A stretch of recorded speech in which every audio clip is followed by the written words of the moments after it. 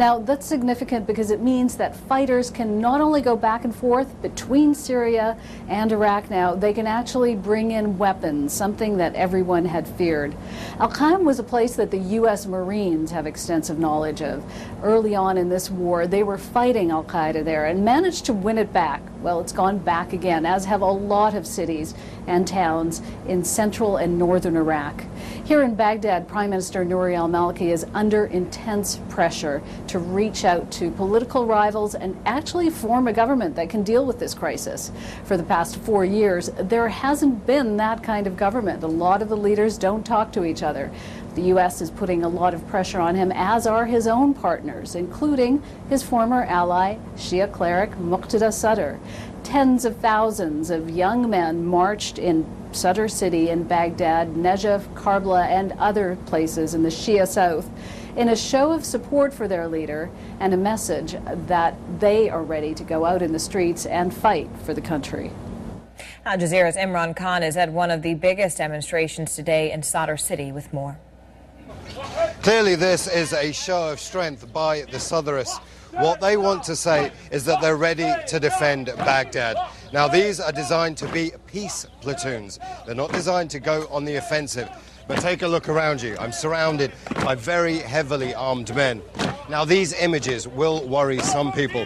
They'll remind them of the Mahdi army and the days of sectarian violence in 2006, 7 and 8. Now, Muqtada al-Sadr has said that this isn't the Mahdi army, that this is simply a peace platoon designed to protect Baghdad. The first of 300 U.S. military advisors are landing in Iraq, and Secretary of State John Kerry isn't far behind. He's headed there for a tour of the Middle East tomorrow. And Al Jazeera's Lisa Stark joins us now live from Washington, D.C. Lisa, good morning to you. What are these U.S. advisors going to be doing exactly?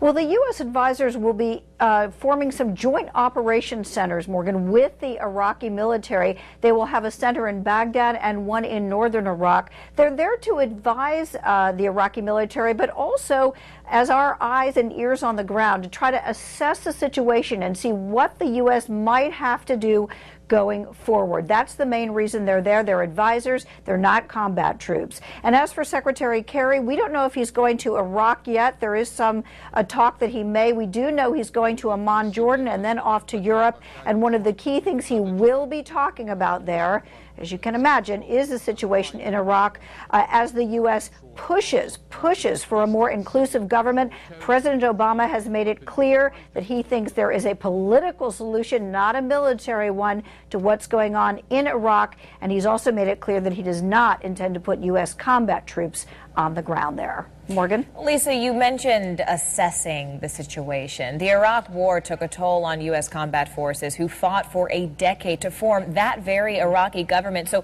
what are we hearing then from those veterans? Well, as you mentioned, they fought for a decade nearly. There were 1 million U.S. troops that fought in Iraq. 4,500 nearly were killed. Tens of thousands were injured. So as you can imagine, the veterans who are watching what's unfolding there are very disillusioned. I spoke to one former Army officer who said what's going on in Iraq is a bitter pill to swallow. Running a boys' school outside Philadelphia is a long way from serving in an Army tank battalion in Iraq. But the 12 months John Noggle spent fighting there is never far from his mind. We immediately ran into improvised explosive devices, sniper attacks, mortar shells, our base camp being shelled, and our young men started dying. That was in 2004, when the war seemed a lost cause. But Noggle, along with then Lieutenant General David Petraeus, helped turn the tide, writing the military's new counterinsurgency manual, a strategy that was used in combination with a surge of troops and Iraqi militias. We turned it around at enormous cost with the surge and the operations that followed. So now the images of ISIL and other rebel groups rolling into Iraqi cities at lightning speed are devastating. This is hugely difficult, very emotionally draining. I had a bunch of friends die in places, die to seize from insurgents the places that have now fallen to insurgents. Noggle, a 20-year Army veteran, believes the U.S. fumbled at the goal line by failing to leave thousands of troops to help keep the peace, as it has in wars past.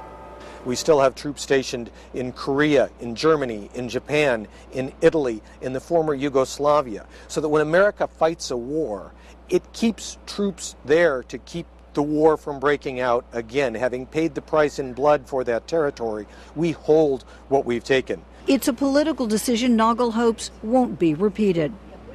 Where I'll really get mad is if we make the same mistake again in Afghanistan, because sure as shooting, if we pull all of our troops out of Afghanistan in a couple of years, as we are currently planning to do, the same thing will happen again.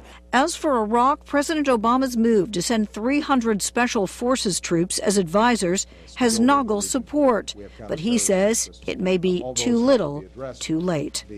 This is a danger to the American people. It was preventable, it was predictable, and it's going to be damn hard to undo.